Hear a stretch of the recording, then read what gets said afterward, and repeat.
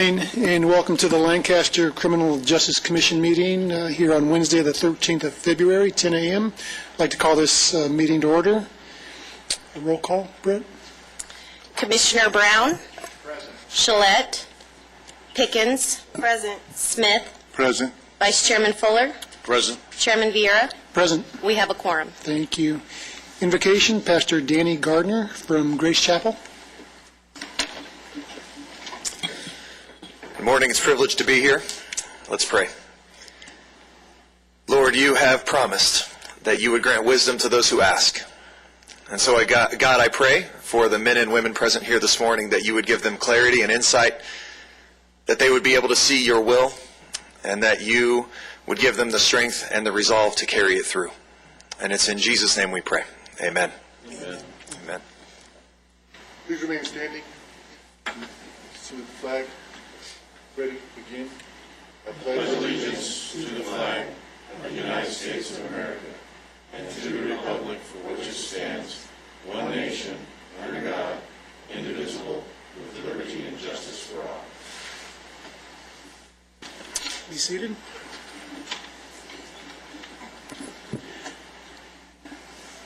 Public business from the floor, agendized items.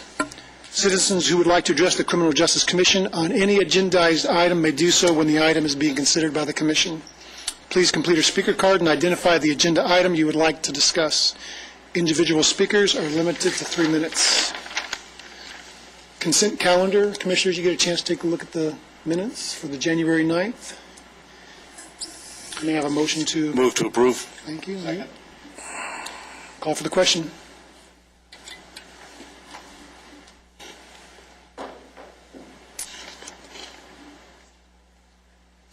Did you?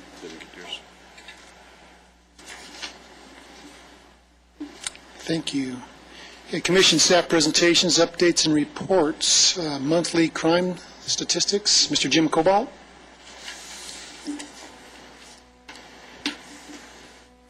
Thank you, Chairman Vieira. Today's measurement period is December 30th, 2012 through February 2nd, 2013.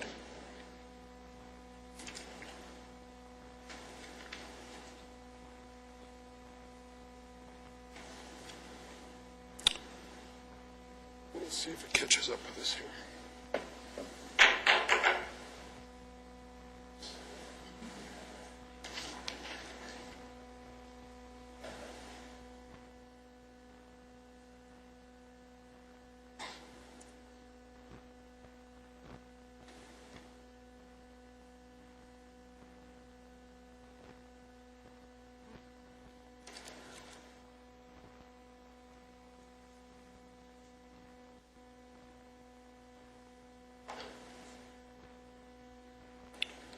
There we go.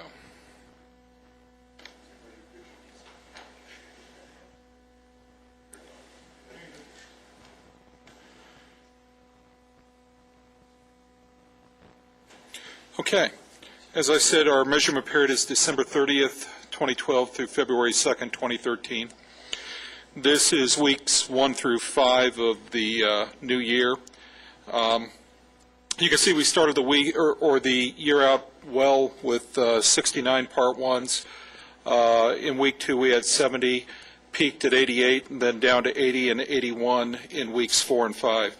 At this point, we're going to try something a little different. At this point, I'm going to turn it over to Captain Nelson just for a second so he can kind of talk about what's going on from the station perspective with this, and then we'll finish it up when he's finished. While the captain's making his way up there, I'd just like to extend a warm congratulations and welcome as thank you, captain sir. to the Lancaster Station. Appreciate that.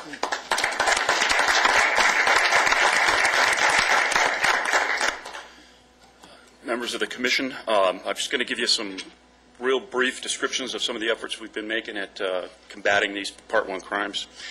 And then I'm going to ask Sergeant Deschamps, she's the new supervisor for our burglary suppression team, have her come up and give you a brief recap of what they've been up to and how the team's formed. One of the things that I'm sure the Commission is already aware of is that we have several specialized teams at the station, And those teams allow us to redeploy resources at a moment's notice. Unlike having everybody designated in certain patrol areas, they're able to quickly respond to what we identify with the assistance of Jim to be crime trends. And we have a team specifically for robberies and a team specifically for burglary, suppression, residential burglary, as well as our land cap and top core teams. Just to give you a recap, we've obviously seen quite a jump in grand theft autos. That's been a county-wide phenomenon, if you will. And with that in mind, we've been briefing the patrol crews on the most commonly stolen vehicles, which in this case is mid-90s Hondas and to a lesser extent Toyotas. Some of the tools that they can use to spot these vehicles, and just within the last couple of weeks, the patrol units have had some great success. We did arrest last week a parolee who had been out for about 2 weeks. He was such a prolific car thief that he admitted to, I believe it was 6 thefts of different vehicles when he was arrested. And his tattoo on his arm was actually 10851, which is the vehicle code for auto theft. But those types of arrests are made possible through the briefings that allowed our troops to actually know what they were looking for, and they did a great job of scooping this particular guy up. It's also one of our plans in the immediate future to have the Task Force for Regional Auto Theft Prevention, the TRAP deputies, who are a specialized unit that work basically just auto thefts and chop shops and things like that. They're going to come out and do some in-service training for us as well, so we can see if we can impact GTAs. Some of the other efforts that we've been making, as we've discussed here before, are some of the undercover operations at some of our local retailers, specifically to spot shoplift burglars. Those have, unfortunately, they're kind of a dual-edged sword because they drive up stats for shoplifting and thefts, but the opposite effect, obviously, is that those particular people are going to jail when it happens. And hopefully, one of the things that we've decided to try now is to determine the status of any of these folks arrested during these operations to see if they are subject to search because of probation or parole, or if there's sufficient cause to seek a search warrant for their house for other stolen property. So they don't run the risk now of just being cited out on a shoplift. They run the risk of having their homes searched and additional charges if in fact they're appropriate. So I'm hoping that has a chilling effect on some of our thefts. The robbery suppression team has been hard at work this year. We're down significantly, I think Jim can confirm that, in both strong arms and armed robberies for the year. And I have to attribute that to the fine work that they do. I think everybody's familiar with LandCap and Top Core, so I won't bore you with that, just to let you know that they are, in fact, continuing to work in any of the hot spots. Within the next month, the COPS team will be up. We've picked an area north of Avenue I and just west of Sierra Highway to be the next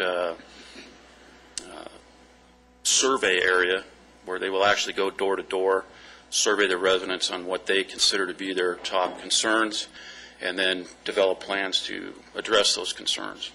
And we probably will also work into the reporting districts south of that. I think one of our hottest districts right now is 1126, which is right around where the station's at, and that will be getting some extra attention as well from the COPS teams. I think with that, I'll have Sergeant Deschamps come up. She'll give you a little briefing on our burglary suppression team, and then I can take any questions if you have anything after that.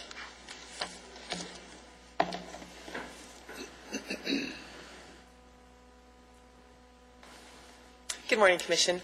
I'm Jill Deschamps. I'm the newly assigned sergeant of the burglary team. I'm just going to give a brief overview of what the burglary team goals are and what we're trying to accomplish, and then go over our stats for the past 2 years prior to my taking over the team. The burglary suppression team was formed approximately 5 years ago, and the specific goal is to reduce residential burglaries within the city of Lancaster. Although the team's primary mission is to concentrate within the city of Lancaster, they do oversee residential burglaries throughout Lancaster Station's county area as well. The team consists of 6 deputies, 1 sergeant, and 1 community service officer. The team works towards accomplishing their goals in a wide variety of ways. The reports that are taken by department personnel are reviewed by the sergeant and the team to see if there's any workable information. Any case that has workable information is investigated by the team. It begins with a discussion of the team to see if there's any other cases that we've been working on that are related to the same suspects or method of operation that this case we just received is. The team maintains a good working relationship with employees and owners of local pawn shops. Because of this relationship, the team is constantly getting calls from pawn shops if someone pawns a suspicious item or a stolen item. They also are made aware of any suspicious activity that occurs within the pawn shop from people that frequent the pawn shops. Property that is pawned at all city pawn shops is reviewed and checked against any burglaries or thefts that occur in the city.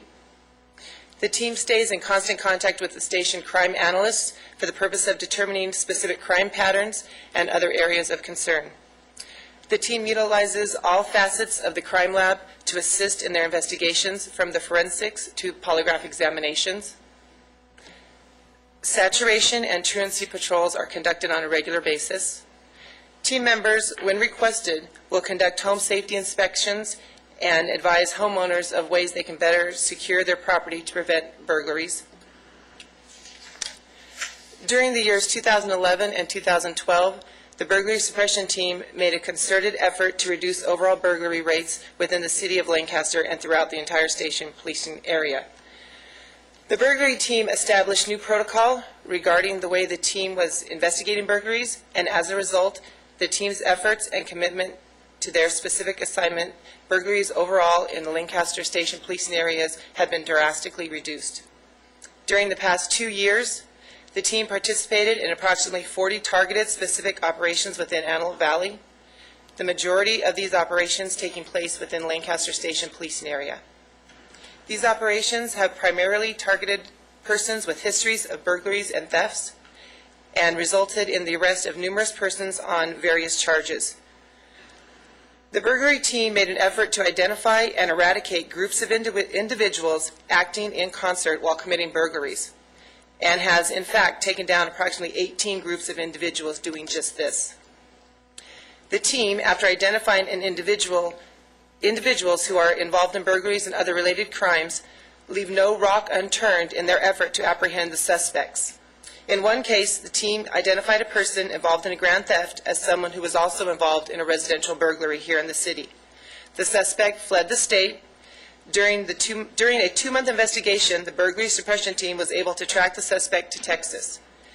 Using resources available to them, the team members subsequently had Texas Rangers contact and arrest the suspect. The suspect was extradited to California and is awaiting trial.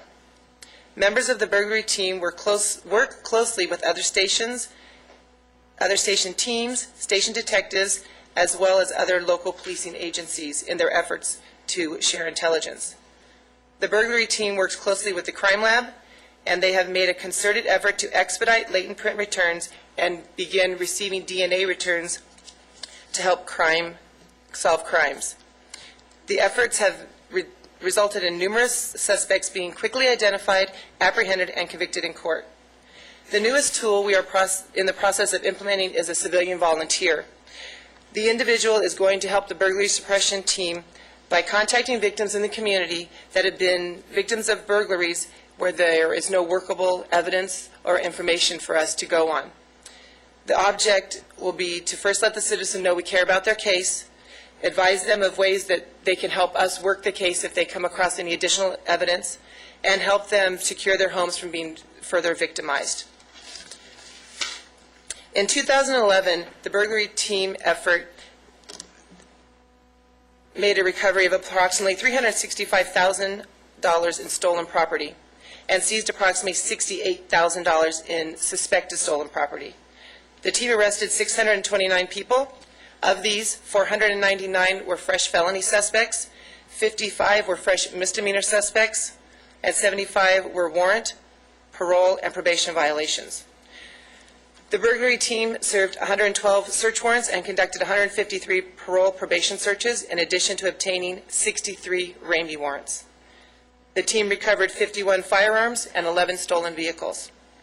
Based on statistics obtained from the crime analyst in 2011, residential burglaries within Lancaster Station policing area were reduced by 23.48% when compared to statistics from the previous year. In 2012, they continued their efforts to reduce burglary rates within Lancaster Station policing area. They arrested 377 people. Of these, 300 were fresh felonies, 23 were misdemeanors, 54 additional arrests were made for both felonies and misdemeanor arrests on warrants, parole, and probation violations. The burglary team recovered 34 firearms and 3 stolen vehicles, in addition to serving 78 search warrants, conducting 60 parole probation searches, and obtained 118 Ramey warrants. The team has recovered in 2012 approximately $364,000 in stolen property and an additional $128,000 in suspected stolen property. Based on statistics obtained from the station crime analyst in 2012, residential burglaries within Lancaster Station policing area were reduced by 14.12% compared to 2011. The burglary team has an approximate 85% filing rate with the district attorney and approximately a 95% conviction rate. The Lancaster Station burglary team is an asset to the citizens of Lancaster, the County of Los Angeles, and represents the Sheriff's Department in an outstanding manner. The team truly demonstrates the Sheriff's Department's motto of a tradition of service. The team's commitment to the community is evident based on their statistics. The overall reduction of burglary during 2011 and 2012. The burglary suppression team members' ongoing dedication and efforts to continue to reduce burglaries is unwavering, and I am very proud to be their very newly assigned supervisor. Do you have any questions? And rightly so. A team of 6, is that what it was again? Yes, 6 and a detective and a community service officer. Impressive stats. Very, very good. Other comments, questions, Commission? Thank you very much. Thank you. Okay. So that gives some ideas of what the station's doing to address some of these Part 1s that we're seeing up here right now. As we take a look at our averages and medians for the measurement period compared to last period, in January, we reported to you that we had a weekly average of 77.75 and a weekly median of 77.5. Our weekly average dropped slightly in February with 77.6, while our median rose just slightly with 80.0. As we look at our most active reporting districts during this measurement period, you can see 1126 had 51 Part 1 crimes, 1135 had 52, 1127 had 42, 1137 had 37, and 1132 had 36. Just briefly, I'll show you on the map how that lays out and what the densities were. Our first 1126, which was the leader, if you take a look, it basically borders J down to M from 10th Street West over to 20th Street West. Some of our biggest densities in this particular area centered right on top of our apartment complexes. You can see it with the apartment complex over here west of the 14, and even though it's a little bit outside, you can see the density picks up over here into 1126, and the density that's on top of the apartments over in Gadsden. Then the other density or other larcenies that we can see concentrated in one area up here along Avenue J, again from 10th Street West to 20th Street West.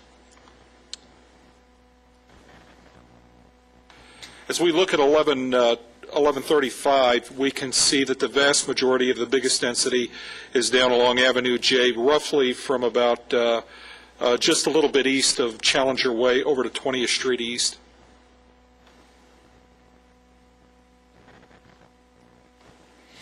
(1127), you can see the highest density up here, basically along Valley Central Way.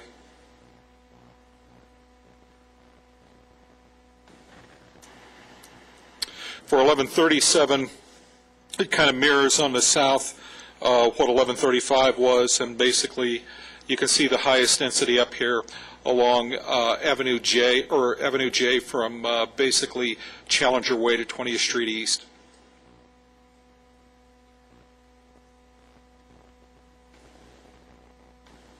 And finally, for 1132, you can see that the highest density area is along Lancaster Boulevard and a little bit north of that, again in the apartment complexes. During this particular reporting period, some of the highest densities that we saw, particularly in our property crimes, were seemed to be well rooted into the apartment complexes.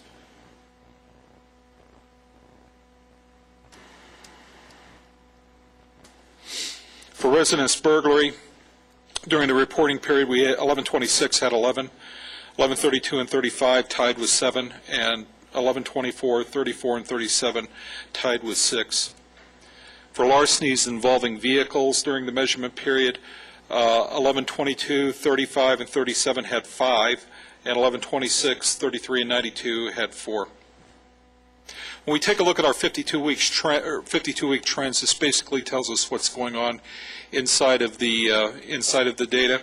As we take a look at this, bear in mind that we are always on the most recent week is on the right side of the graph that you're looking at. You can see we basically during this measurement period we had 3 Part 1 crimes that showed a slight upward trend. The first was rape. Again, with rape, that's a low-frequency crime for us. If we have 1 or 2, it causes this large spike that you see on the screen. So, again, for us, as these weeks where we had basically 3 work their way through in the 52-week period, we'll probably see a downward trend in that. Robbery, we see a slight upward trend right now, although you can see we are making progress with it. You can see this week about roughly about half a year ago, we spiked up to about 15, and we've been making progress since then. As we take a look at arson, this is the last crime that showed an upward trend, and again, it's a low-frequency crime for us. So if we have 2 or 3 or 4, it's going to make it look like things are really trending up. Homicide is showing a distinct downward trend right now. We're still above the baseline on homicide. We average 0.20. So as we take a look at this, it's kind of misleading to look at because the only weeks that this plots out are weeks that we had homicides. So if you don't see a week listed on here, there were no homicides during that week. So that's why it shows us as above the baseline, just because of the low frequency of homicides that we have. You can see assault. Our baseline for assault is 15.47 per week. You can see the baseline basically at the top of the graph, and you can see what's going on down here. One of the things that's interesting is many of our crimes are starting to show shifts from increases to decreases. I'd remind the Commission that we talked about last year. One of the things that we were seeing in the display of the data were we were seeing, as you take a look at the spikes and declines in the data, we weren't really seeing an upward trend in the weeks where we had a high number, meaning our numbers weren't escalating. Where we were getting hurt was in the weeks where we had fewer of a particular Part 1 crime. We were losing those weeks. Those weeks were getting pushed up. We had more in our low weeks than we traditionally had. If you take a look particularly at assault and some of these other Part 1 crimes we're going to look at here to follow, you can see that we're starting to have those weeks again where we're really getting good low numbers for a week or two, then it spikes up again, and then we get the good low numbers again. And that is the reason why we're seeing, as you look at the green trend line here, we see that green trend line coming down. Same way with burglary. If you take a look at burglary, if you look back last year, we had very few weeks that were below 15. And now you can start to see we're getting almost a regular rhythm of burglaries below 15, which is showing a decline in the linear frequency trend line. Also with larceny, you can see almost the same progression over here.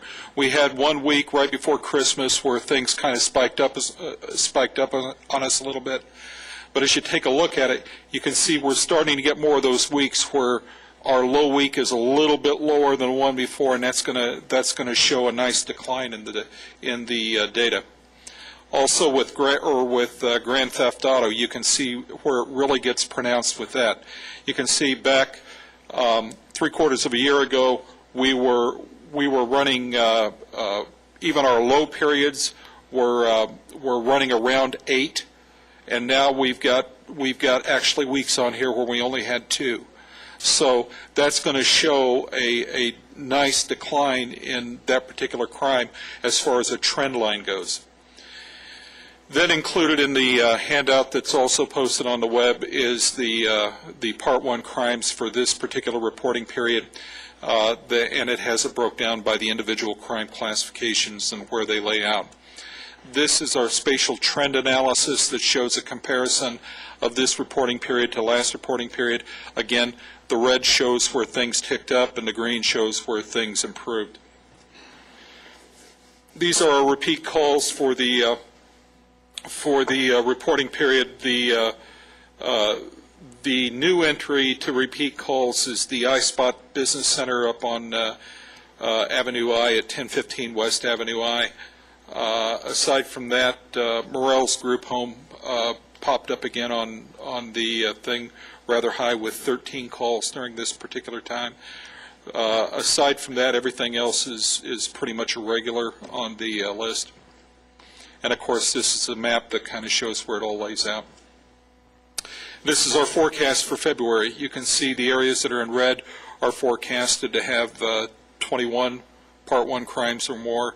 The orange, 13 to 20, yellow, 9 to 12, light green, 1 to 8, and dark green, 0. And that's our report for today. Questions? Comments, questions? I have a question. Could you go back to the burglary one, Jim, I had a question for the sergeant, I think, after all. It seemed like when you were doing your presentation, I'm a little processing slow, so. Do you want this one, or do you want me to go back to the hard data? I think it was that one with the 52-week. Okay. Because it seemed like when you were giving the presentation, it was like about double the amount of recovery of goods and double the amount of arrests in 2011 versus 2012. Is that because there's less burglaries? Is there, less evidence that we can go on and actually prosecute on? It looked like from what Jim was showing, it was a lot less going. They were definitely trending down. Well, what I'm going to have to do is check into that and get back to you, because off the top of my head, I don't know the answer to the question. I've only been on the team for a month. Okay, so I understand. Yeah, the numbers you were given were around 600,000 in recovery and about 600-something arrests. Then it went to 300,000 in recovery and 300 arrests. It was just processing in my head. It was like 10,000 per person, but it was, it was. I was interested in looking at the graph when we brought it up from what you were giving in the presentation. Okay. Well, I will find out the specifics of that, and I will get back to you. Appreciate it. Thank you. No problem. Mr. Chairman? Yes. Yeah, I was wondering if the commission had an idea of what the commission or the city of Lancaster could do to help the burglary suppression team to do a better job, if that's something that, is there something they need or something like that? I was wondering if that's a question you would want to ask. Very, very apropos, yes. again. I'm so sorry. But right now, we're in the process of regrouping.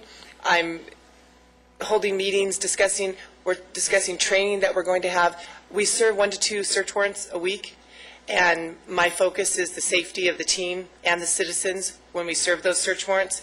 I know we need additional gear to make that happen. So right now, that's something I know that we need, some entry vests and things to help us with our entries for the search warrants. But other than that, I'm in the process of refocusing and trying to figure out the best way to handle the burglary team. Okay. So I'd And like to get back to you on that, too. Yes, absolutely. As you're going through, I know you've been in about a month or so. If there's other things that you think would be beneficial, please relay that back to us, and we'll do what we can to support your efforts. That sounds wonderful. I appreciate that. Thank you. Thank you very much. Any other questions before I sit back down? Other questions, comments?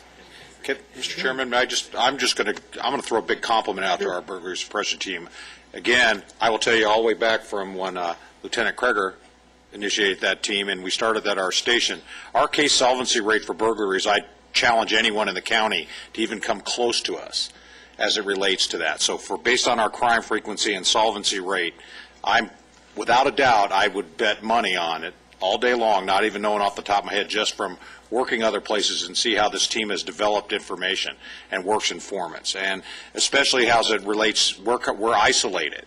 So, there's a pool of people that they deal with regularly, and the relationship, especially with the pawn shops and some of the things we are looking at for the burglary team right now with some new software programs that are available with tracking pawns and how they relate within our community is something that I know right now off the top of my head is something that we could really use, okay, to even enhance their pretty phenomenal success rate now. Thank you. Mr. Chairman? Yes. Yes, as the liaison for the mayor at this commission, I would like to say I think working through the city and the sheriff boosters, we can commit to the team that we will get you all entry vests. So we want you to be as safe as possible out there, and you're doing a great job for us. Thank you.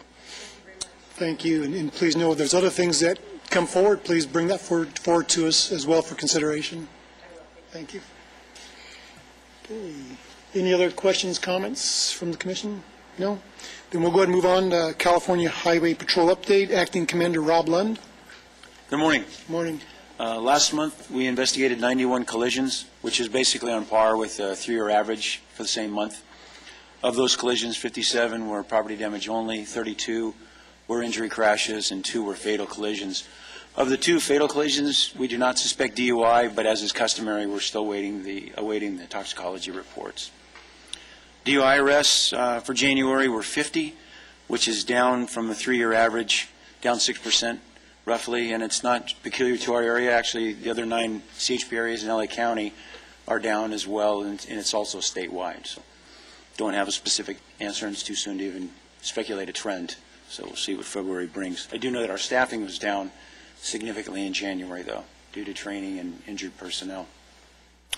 We issued 1,521 citations for moving violations and 95 mechanical violations, and we provided assistance to 509 motorists. That's it, short and sweet. Well, thank you. It's good to hear that DUI is down. Any other comments, questions? No? Thank you so much. I would like to take just a moment to welcome Robert Sherwood. I don't think you have any report to provide today, but wanted to again extend a warm welcome from, again, he's from the District Attorney's Office, and I assume you'll be coming back? Yeah, either myself or Derek Bean, who's the head deputy. He's at a court today, but I don't have anything prepared, but if anybody has any questions, I guess the biggest thing that we're dealing with right now is the AB 109 legislation, which is affecting our ability to keep people in jail. So I know Dr. Lacey's working on that, and she came up here after we spoke about that. She was here last week. Very interested in the community here, and she's planning on being up here visiting, seeing how we can work together. I'm very interested in getting together with the Sheriff's Department and everybody working together. So. Well, we appreciate the presence of the District Attorney's Office. Are there any questions? No? All right. Well, again, thank you. Business Watch, Public Safety Update, Mr. Dorico. Yes, thank you, Mr. Chairman. The first, I'd like to address some things that we're working on currently with public safety. The first one, since the district attorney brought up the fact that with the AB 109 legislation, something we're currently participating and supporting one particular community-based organization in our local area, with Janie, with Paving the Way Foundation, and participating in that RFP to locate that day reporting center here in Lancaster. Since we have the highest number rate in our region for the realignment program and folks coming back into our community, we want to be participating closely with the Department of Probation as well as these community-based organizations to ensure the oversight of that program as well as any potential success. Since these folks are coming back into our community, it behooves us to be diligent about trying to make that program successful.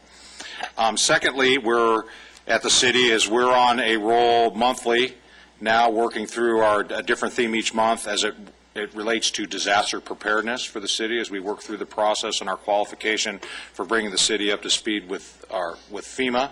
In case we, heaven forbid, we have a disaster, that we're going to be entitled based on mitigation plan and compliance for receiving any resources that we need to be reimbursed for. We've been working very closely with the juvenile DA's office and somewhat with the adult court on our restitution recovery model as it relates to graffiti cost model. We had a challenge several months ago from the Public Defender's Office regarding the validity of the cost model process period for restitution recovery. It actually went to the appellate division, and there were some issues that came up through appellate. We worked closely with the district attorney's appellate division, and then actually have recently had a finding in our favor as it relates to cost models for communities wide for LA County. It's not published yet, but we're already referring to it as we step into these restitution cases. But it was kind of it was a little ugly there for a while. And there's a mindset somewhat as we step into the restitution hearings that suddenly the defendant in these cases becomes some type of victim, and we are mean and nasty by trying to collect what the public's entitled to in recovery. So we were very happy to see that happen. So getting into that and into talking to Dr. Brown, Commissioner Brown, we've been coming up with some ideas. Jim has been developing a plan, and this is related, to Business Watch, okay, and related to specifically to how we're going to deal with non-participation or with businesses that don't actively pursue thefts and shoplifting cases and loss prevention. Jim, we've really targeted, and you can see it directly relates to what we're seeing in our highest rate of frequency in crime in RDs in 1126. The first business district that we've been discussing is right here at 10th West and Avenue K with the shopping centers and businesses locally. There's 88 businesses right in that area. Amy has gone out and met with several of the businesses. So far, I've shared with Dr. Brown on the committee level that I've had discussions with some of the businesses, and we're having there's interesting, as we're developing this and some of the things that we've looked at, there's issues on both sides of the fence here. There's some businesses say that we want to actively be involved in a loss prevention, but we have to set thresholds for ourselves where there's a cost business mindset to it. So they're believing by a certain level of theft doesn't justify retaining staff to sit on an individual and further take a day to go to court. The other side of it is that there's some issues because it is in a priority line as far as what the patrolmen respond to. A shoplifter is a low priority compared to other issues that are taking place. So depending on the activity level of that's occurring at that given time that they make that call can create a problem. And then we have a whole nother facet of this as it relates to juveniles. And then there's already thresholds with some of the large retailers. For example, one doesn't even actively pursue prosecution unless the theft's over $150. And Dr., we can have kind of a discussion here. Dr. Brown had some good ideas too, as well as some things we can do to try and mitigate that. But I think when we come up with this plan, we have to come up with something that works for both sides of it, something that's reasonable, something that's not giantly burdensome on either one. There's things we can talk about through an administrative site process. There's all kinds of things that we can talk about, but the idea is to come up with a plan that's uniform and it's consistent with all those businesses that participate in that district. Jim has also come up with some ideas as it relates to shared information through the Business Watch program, where we actively have those businesses that are in that area exchanging information with habitual persons that they have that come in and victimize their businesses. Those type of things are what we're talking about. Dr. Brown, I'd invite you to share some of your thoughts as it relates to this. I think that the reason that Mayor Paris originally brought this up for us to think about is the broken windows concept. That is, that as a community starts paying attention to the entire spectrum of civic behavior, that your community generally becomes more civic-minded. That is, prosecuting little crimes in some ways can have a general effect on your bigger crimes. So to the degree that we can get some uniformity with businesses for, as you've identified, it seems that a lot of people think about shoplifting as a minor crime, but nonetheless it may have a deleterious effect on on the community at large. It may invite an element of criminality into the community that will affect everyone. The businesses, over time, shoplifting creates losses for the businesses, which are then reflected in higher prices for everyone in the community. They're reflected in lower benefits for the people that work at these places. They reflect in lost revenue for the city, lost jobs for the community. On the other hand, there certainly is a line of lawyers waiting for a wrong arrest. That is, a store can appropriately apprehend 100 shoplifters, and they'll never appear in the newspaper. Apprehend one wrong shoplifter, do it wrongly, and you'll be on the front page. So there's some apprehension on the store's part, both about their liability and also about their publicity. Similarly, both from the point of view of law enforcement, the court system, and the stores, all of these minor crimes involve personnel, involve costs of personnel which far and exceed the value of the item being stolen. There's probably some benefit in simply an announcement of a collaborative and energetic anti-shoplifting initiative in town, just in the sense that if people were informed of the fact that there was going to be a community effort to try and reduce the amount of shoplifting, that might even in and of itself discourage shoplifters.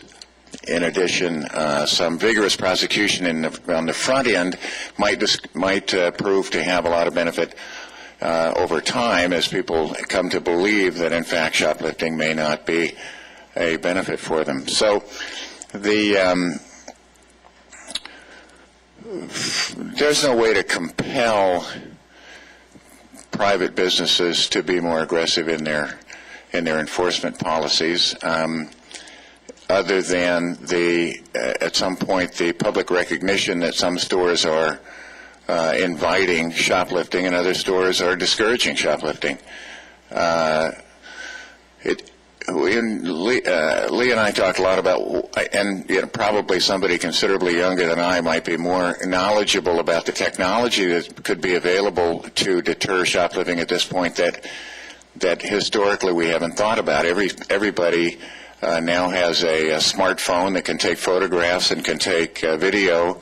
There's probably the cost of electronic surveillance has gone down extraordinarily. Whether there might be a policy that stores could do a brief interview with people that they suspect shoplifting, have their photo, release them at the time, whether that would, then that information could be shared so that people that are tending to make this more of a habitual process rather than the occasional teenager giving into an impulse to steal a candy bar, if you could target people that are actually seem to be a little bit more business-minded about theft as a career path. One of the problems that some of the stores mentioned is that if they do detain somebody and then the sheriff's department doesn't arrive for a long period of time, it puts them at much greater risk as the risk of detaining somebody by personnel that maybe aren't as well trained in detention, and the suspect becomes more and more unruly as time goes by.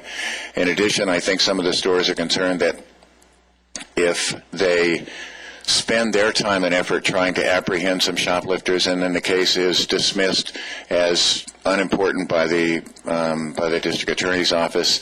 So there would have to be some sense of collaboration, not only from the stores, but also from law enforcement and from the DA's office, that we are jointly going to make some effort to try and change the way we approach this. So what proposal to make from this committee for the city council? I don't think we have a formulation, but I thought we could at least maybe come up with some ideas today and then try and work something up for next time. I will unfortunately not be here next time, but we can still come up with something in the meantime. Any thoughts? Well, what I was considering and was asking, based on what we did see, based on our statistical information and the impact, and we've already identified those business districts, I would like to do like a test model, working with the committee here in this area of 10th Street West and Avenue K, and develop a plan among those businesses and try and develop through the committee and with the commission's approval to develop some thresholds that we put in place for some continuity as it becomes a fit. Now, it's not going to fit everybody, depending on, and everyone's level of theft is going to be different. And when we did do this last year, when Commissioner Greer was here and Chairman Vieira, and we visited these stores and saw that, there's different things they already do in place with the larger chains as it relates to loss prevention, but is not evident in the smaller businesses. So I would like to put together something with those groups, their participation, bring a representative from their businesses together and discuss the issue with them as far as what we could develop with protocols, working with the Sheriff's Department, and then see what would be the minimum that any business could bring forward for filing purposes to pursue the case. So. Also wanted Captain Nelson or the District Attorney's Office, Marvin Crisp, any suggestions, thoughts, how we might approach this? Well,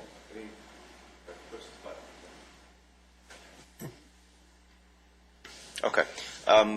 From our standpoint, I don't see cases getting dismissed. I mean, the cases that come to us from the Sheriff's Department are usually, good cases. The employees from the stores are doing a good job. I mean, the cases are prosecutable. I don't see cases getting dismissed.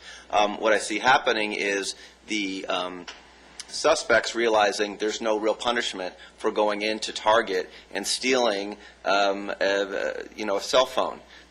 They can do that time and time again, and unless they have serious or violent prior convictions, which put them under the 3 strikes laws, that's the only tool left for those types of crimes. What I've seen, and I don't know, Lee, if you're seeing this, I'm seeing that the suspects are getting more and more violent in some instances when they're trying to be apprehended because they're not as concerned about being caught and going into custody because there's no real punishment associated with that. Now, although to their, I think, detriment, what's happening is I'm seeing more what we call Estes robberies, which are essentially when the individual is using force or the threat of force, and I had one just the other day that I was looking at, to get away with the property. So it could be as simple as, hey, give me back, and there's some profanity used or some threat, and then the person runs away with the property. I see some of those getting charged as robberies, which does put them out of the guidelines of AB 109 and does give us some opportunities to actually keep them in custody for a longer period of time. But not to beat a dead horse here, but what I see as the biggest problem is just a lack of concern on the part of the suspect that they're going to do any considerable amount of time in jail for a simple, commercial burglary. Unfortunately, that's what I see. I would have to echo what he's is just laid out for you. I mean, we commonly see a 6-month sentence, for instance, and the individual that's been sentenced on this crime is going to maybe do 15 days in custody. They're almost immediately cited out, so there's no instant impact to them, other than the couple of hours they sometimes have to wait to get there to do the booking process and actually citing them out in the field. So there's no significant deprivation of their freedom at any time. And I think he can testify to the fact that even a 6-month sentence is very rare for just a petty theft shoplifting. Obviously, that's dependent on what that particular individual's background, what he may have already been convicted for. But again, it's a lack of personal cost to them that I think results in the stats that we see. It used to be that one prior petty theft conviction, your second one would then make it a felony. Now you have to have 3 prior petty theft convictions before we can file it as a felony. There's some exceptions to that, but basically that's the rule. So you have to be caught. The first time you get caught, basically nothing's going to happen to you. You're going to get, like the captain pointed out, cited. You'll get 1 day in the county jail, which is essentially a book and release. Go do it again. Basically the same thing's going to happen to you. We, on a misdemeanor level, county jail is really not, we end up, it's really not even an option anymore. The person gets probation. It's not until we get to the felony level that they're facing any time in custody. But even from what I'm seeing, a 16-month, 2-year, 3-year state prison sentence on a petty theft or a commercial burglary, they're just not doing any time, and they're getting released. There's no the terms of the parole that used to be imposed by the state prison is now being taken over by the probation department. That's still getting worked out. There was some mention about victim restitution. There's no program set up to collect victim restitution. So the person goes in to Walmart or Target or Home Depot and they steal an item and the item is damaged. There's a $500, $1,000 restitution issue. They get sentenced to 16 months in prison. They're released after a few weeks, few months. There's no probation. There's no real parole. There's no mechanism set up to even collect restitution, even if they had money to pay. So, this is probably a bigger problem than we can solve here in this room, but that's what we're dealing with from our office's perspective. What happened to the concept? My spouse got a driving ticket the other day and spent the day cleaning up the park. Is there even any work program for people that are committing minor offenses? Yeah, we have Caltrans, community service, and those are imposed on a regular basis. So people are having to do that. The problem is that what if they don't do it? Then the solution is, well, you get 6 months in county jail, which means we have a lot of people who say, "No, I don't want to do the community service. Just give me the county jail time," because they know they're going to be out. So we can order them to do it, but unless they're afraid of the jail time that they're going to get for not doing it, there's no real incentive for them to do it, or to pay the fines, or to Something I mentioned, though, there are cities that participate through an administrative site process beyond the scope and a fine structure through municipal code. So there's other cities that set a criteria for municipal code as it relates to certain activity that takes place in their area, just to address that same issue, that because the process and what's taking place with the judiciary it's prohibitive for the cost related to what it takes to prosecute them. So through the administrative process, they can assess a fine. Usually they start $100, and it's $200 the second time, $500, then $1,000, and after so many again, then it's filed as a misdemeanor, and then you'd file with the DA. So it would give depending on, and obviously we'd have to look into the legality of that with Mr. McCune as that relates to us as a city, but it's something we're already talking about as it relates to truancy and daytime loitering and all these things that we're already doing. Maybe this is something that we can actually produce a tool here through municipal code that gives some authority, and then we assess them the fine. Now, the beauty of that, just like we do with parking and things, is that we go to a process that we go and seek the money, and up to the point of filing a case with the DMV against their registration fees, as well as through the state auditor controller for their taxes. Okay, and we've been pretty successful with that with other things for collection of those funds. There's also a mechanism in place for attaching certain subsidies or Social Security, disability, those type of things that exist out there through that structure. So that's something I would like to consider as well, as if there's a mechanism we can put in place that just imposes that fine. And as we all know, usually you get people's attention when you start affecting their wallet. Okay, so maybe people don't have that fare, and that's probably valid based on what's been occurring recently, especially with the early release programs and things that are going on based on budget, that might actually put some teeth to it, that where folks file for their income tax and suddenly they don't get a check, or they go to register their vehicle and they can't because they have a imposed fine with a late fee structure on it and a cost for administering that through the DMV. Or we could also do things through an informal setting process here that imposes certain community service and things as well. So maybe those are things that we can discuss as some alternatives to just the prosecutable phase. It just have to be within the legal purview of the city to be able to do it. I suppose public caning is off the table now. Probably, yeah.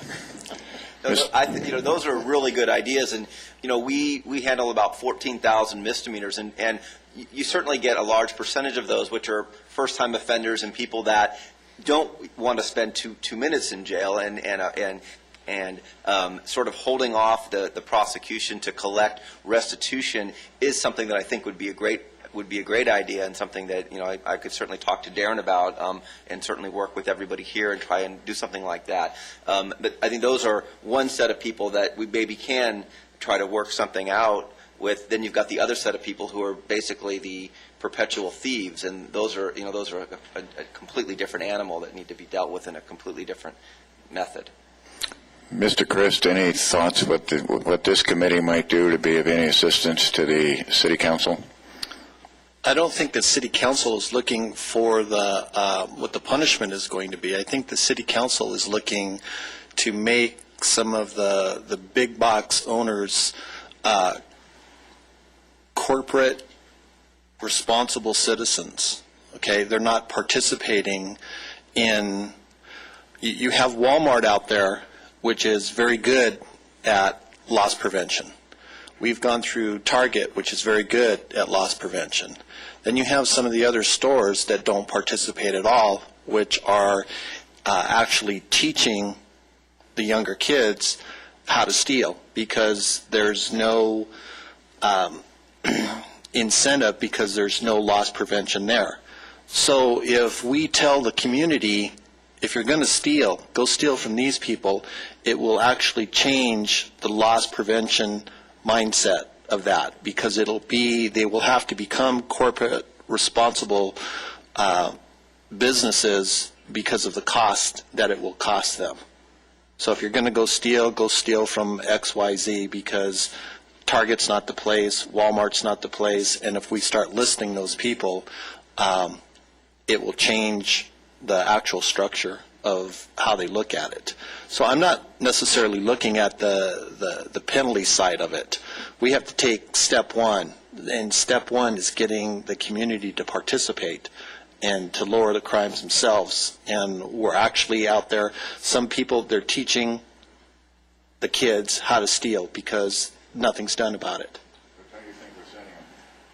Don't you think we're sending a message, a mixed message? We want you to be participating in a loss prevention, but if you do participate, we're not going to be able to help you out very much. Well, we're all in the same boat.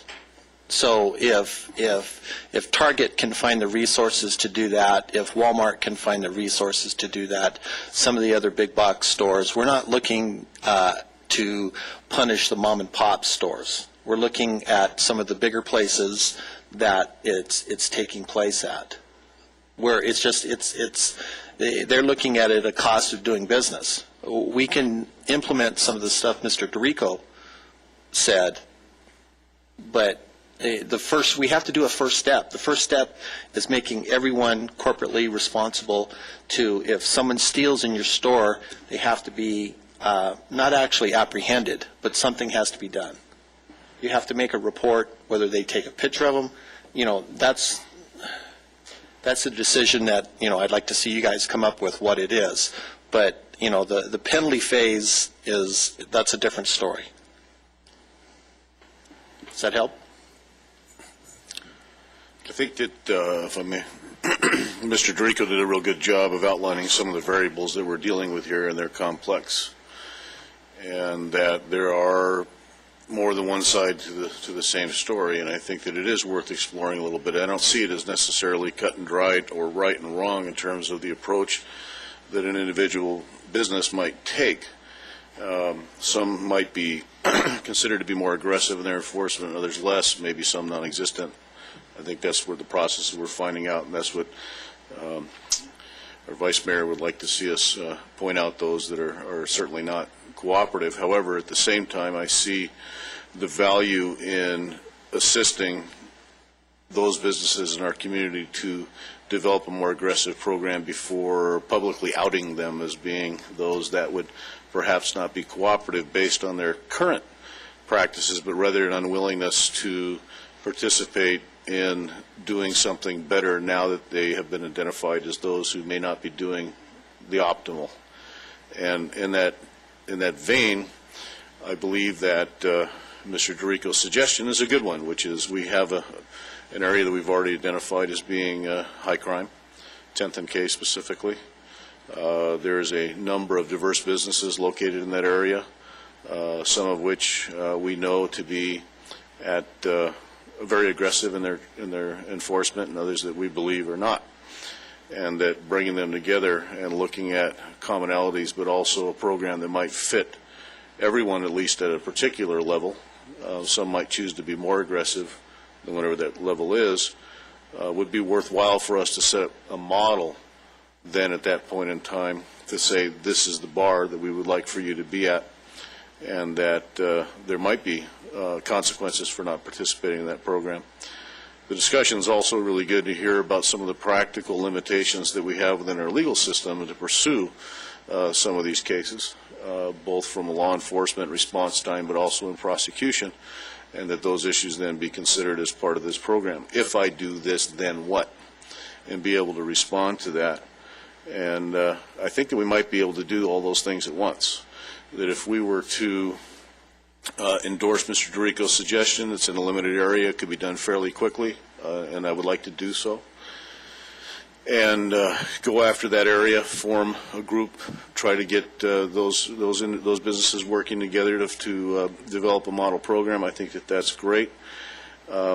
At the same time, I think that it is worth exploring from the city's perspective the citations, as you were mentioning, to put a little bit of teeth on it that would take some of the burden away also from the Sheriff's Department, and just telling them, like oftentimes we like to do, which is we'd like you to do more and yet more with the same or less resources, especially when you're looking at the tremendous amount of effort that's going in the reduction of Part 1 crimes.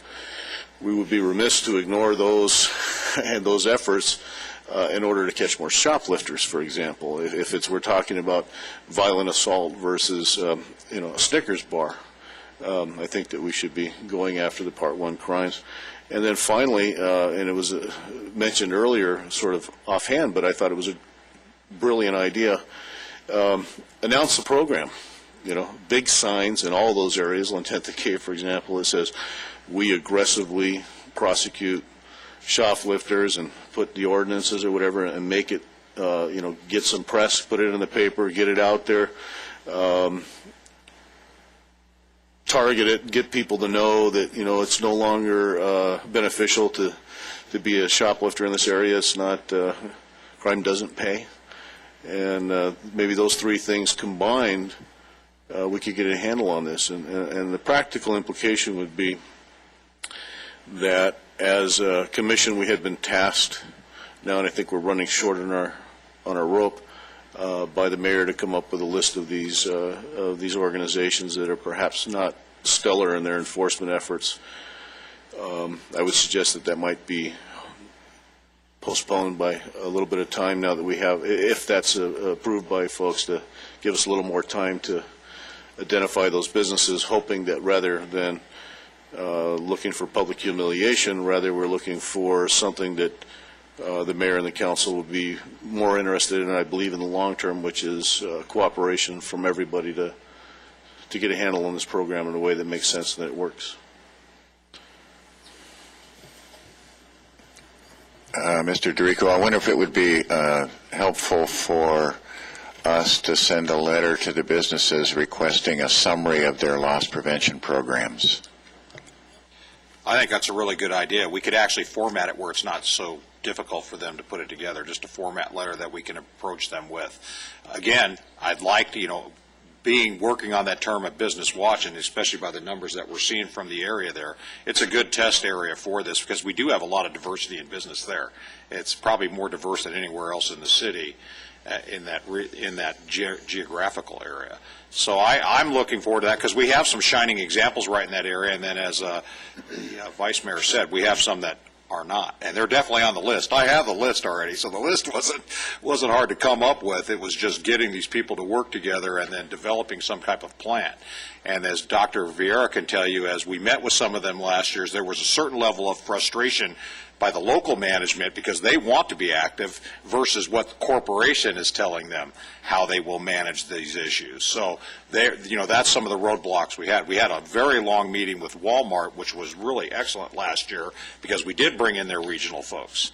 Okay, so we aired out in a room with their regional people and got a lot more support for the local managers, and their relationship with the Sheriff's Department has been amazing. I mean, some of the things that have come out of the operational things they've done the last year has been significant. And just some practices that they all use that are things that wouldn't cost them anything in the other stores they did, just with good, aggressive customer service. Okay? And then the sharing of information between them, I think, is going to have the most value. So if they have someone that habitually know that they've detained numerous times for theft, they need to share that with the businesses around with them. So these individuals are picked out as soon as they approach those stores. It'd probably take us longer than 30 days, so I'd like to have more than 30 days that I have left on this timeline. And I would like to put that practice in place and give you oversight over that to see how we're developing that and take whatever suggestions that you may have as other things you might like to see in it. So I think the first thing we can do is develop that questionnaire as it relates to how they participate in loss prevention, what steps do they take, and then I'd like to provide that to you as well just for your input on that. If I may, another suggestion is that I believe that part of the desire of the mayor, and I think it's been echoed by our vice mayor here today as well, is to put businesses on notice that no action is not a proper response. And I believe just by making that statement in the council meeting, first of all, they're on notice. So, I mean, they will pay attention to us. I firmly believe that. But in the communications that we put out to them with the questionnaire is that I would put on there that it's directly in response to the Criminal Justice Commission's action based on the request of the mayor. And so that we don't get ignored, so that this becomes expedited, this becomes priority. I know that it's easy as a business person sometimes to put requests aside and then let them sort of go away when it's not your priority and other things take their place. So let's remind them of the urgency that's been placed on this by our mayor and our city council, which in itself I think helps to reinforce the primary message, which is no response is not appropriate. One last thing I was thinking, for simple shoplifting, is there an opportunity to make that a citable offense, A, and B, can the stores themselves cite a customer for? No, I didn't think so. But if it was a citable offense and invited people to get embroiled, at least in the process of getting a citation and having to respond to it, might be a punishment in and of itself. Years ago, we had a process, and this is going back a long time, Pat, and Ken, all of us could talk about this. We used to have a form that we had at the sheriff's station, and it was a bad checks form.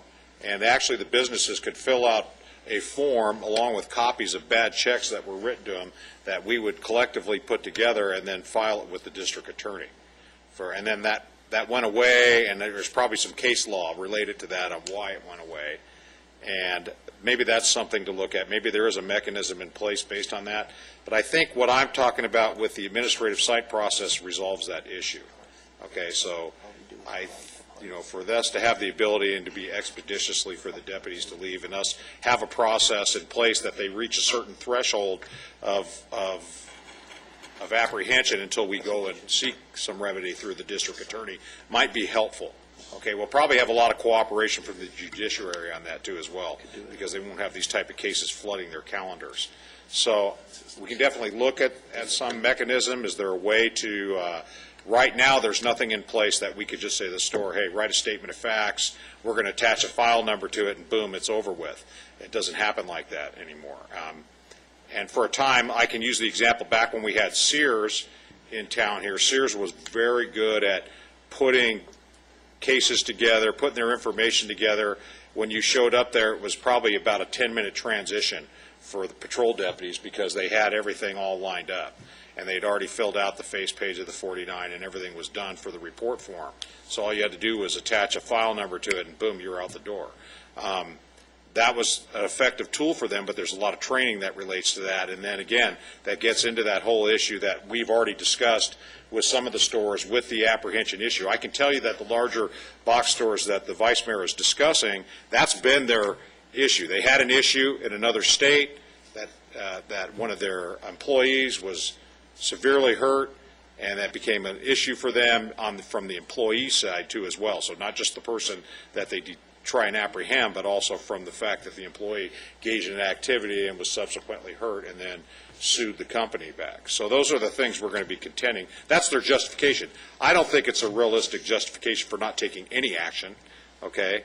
And I agree with Vice Chair Fuller that if we do something more proactive on the front side, and that's what Kent was just talking about, that should be part of our focus as well. So it should have, there's several different areas that need to be addressed in this process.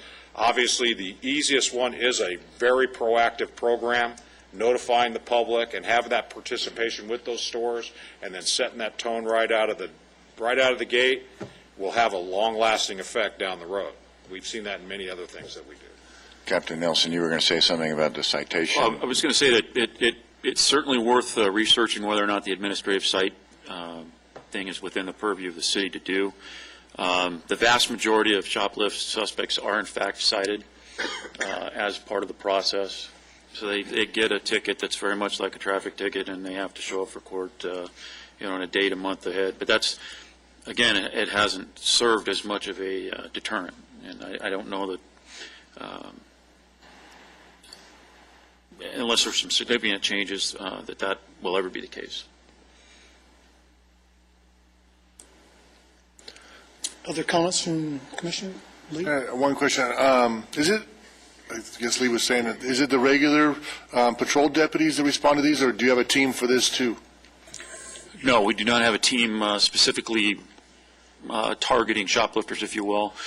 We do have operations that are carried out by our top core team with the aim in mind of reducing shoplift crimes. But the response to a shoplifter who's been apprehended by store security, for instance, is a patrol function. Okay. It sounds like that was one of the biggest complaints, that just the delayed in response time. Mm-hmm. And if there was somebody right within that 88 business district that could respond quicker, maybe that would assist with them participating in the program of reporting more. It might well do that. However, with the limited resources that we have, I'd much rather have them seeking residential burglars, for instance, than waiting for a shoplift call to come in. And it really is most appropriately a patrol function. Captain Nelson, I'm aware that the City of Lancaster, the Sheriff's Department of Lancaster, has a very active volunteer on patrol group of individuals that are dedicated to, their volunteer time to the station. Is it part of their duties, or could part of their duties be not necessarily actively responding, but patrolling some of these parking lots, just a deterrent factor if there's a sheriff's car in the parking lot on a regular basis? Do they do that now, or do you see any value in having that done? Actually, that's something that they do now on a regular basis, and there probably is some deterrent effect to that. They do drive cars that are distinctly different from marked black and whites, and that's for their own safety, because they really don't want them to be mistaken for sheriff's deputies. Right. But that is something that they do now. Certainly, we could redirect efforts from and make them more focused if in fact this particular business district becomes the target area or the test area, if you will, to increase their patrols in that given area to see if in fact there's an effect.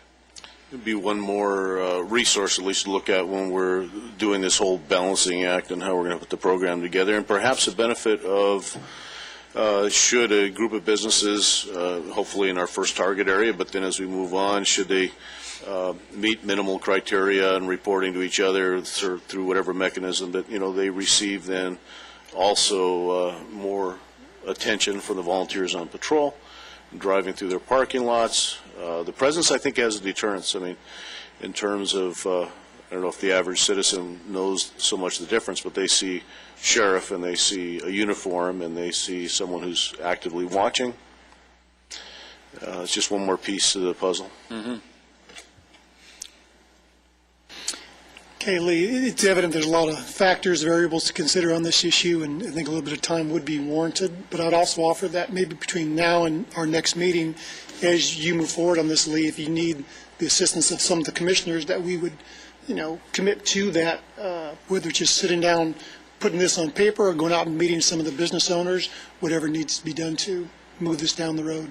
Yeah, I think the first thing I'll do, I'll have a letter out to you by Friday for your review of what I believe is the direction that to send out to those businesses, so we can get that out right away, and then we can develop a plan with Jim's staff and everything to bring those businesses together or have discussions with them in groups, and then maybe follow a similar format with the subcommittee as we did last before. I mean, that was well over a year ago. And in some of these businesses and talking to them, we know them very well, but I would like to get them together because then they can share strategies on that, and then we can develop that network for them to be able to speak to each other, and we can go through that process. On the other side, while that's going on, I will talk to the city attorney and talk to him about the legality of considering developing an administrative process for this issue, specifically for this issue because of how it is prioritized as it relates to the judiciary, and use that and see what's out there. So do some research as it relates to any case issues that exist in other communities, and maybe there's another community out there that already has developed a practice as it relates to this, and then bring those forward. Commissioners, good with that? Okay. Thank you, Lee. Appreciate the dialogue. Can we move on to public business from the floor, non-agendized items? This portion of the agenda allows an individual the opportunity to address the Criminal Justice Commission on any item not on the agenda. State law prohibits the commission from taking action on items not on the agenda, and your matter will be referred to staff. Individual speakers are limited to 3 minutes each. Anyone on non-agendized? We have no speaker card. Thank you. Any comments from commissioners? Mr. Chairman? Yes. Yes, I had one comment, just some discussion from the mayor. When the Criminal Justice Commission first started, your primary mission was to reduce Part 1 crimes. And I think at the time you and Dr. Brown were the original members of the commission, and Marv, our vice mayor. And Yes. at that time there was we were running about 460 Part 1 crimes, and the commission's first goal, if I remember, was to reduce Part 1 crimes to 300. Correct. I believe in March, and Jim, when will we have the Part 1 crimes for 2012? Well, we have the data that's already been put together by the Sheriff's Department. They have not been reported to UCR yet. In other words, we won't get those data until June or August, somewhere around in there, whenever the FBI puts them out. But we already know what happened last year. And what is that number? Or are we prepared to provide that? We had, last year we had 4,418 Part 1 crimes. If you calculate that against a population of 157,826, which I put my little caveat in there, I think that's low, we come up with a Part 1 crime rate of 2.79.93. So that's roughly where we are at right now.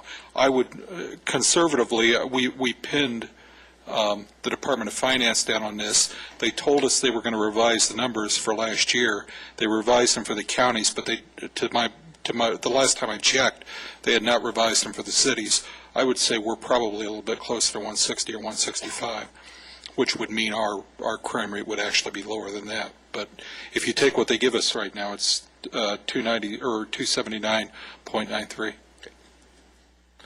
So with that information, looking into 2013, the mayor would like the commission to study the Part 1 crime, and as a group with the sheriff's and highway patrol and DA's office, have a general discussion possibly at the next meeting and come up with a new goal for 2013 that the commission and the city believes that they can reach, and how to do that. Okay, we'll put that on the agenda and have that conversation. Thank you, Mr. Chairman. Thank you. Other comments, commissioners? Any? Hearing none, this meeting stands adjourned at 11:30, and our next meeting is scheduled for the 13th of March, 10 a.m. Thank you.